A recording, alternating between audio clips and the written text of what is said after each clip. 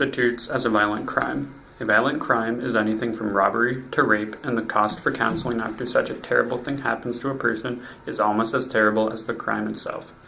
The cost of counseling, on average, for the crime of rape is $47,000, for robbery is $19,000, and for arson is $50,000 for a few examples.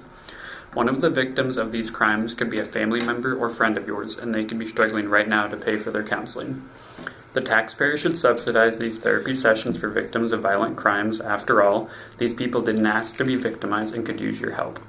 Today, I'd like to talk to you about the need for therapy sessions to become subsidized and why.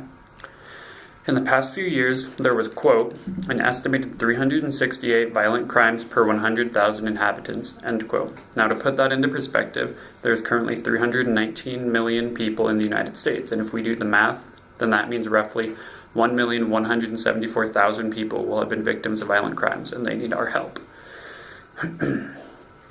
The problem is that not only are these people victims of awful crimes, but they are then victimized even more by paying thousands of dollars out of pockets for therapy.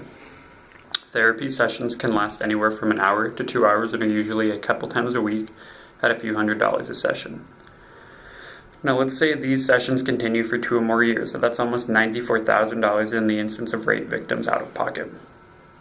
After being a victim of crime, the common symptoms experienced are shock or numbness, but if left untreated, victims can develop what's called acute stress disorder and become more prone to depression and anxiety because they feel their friends and family do not understand what they went through.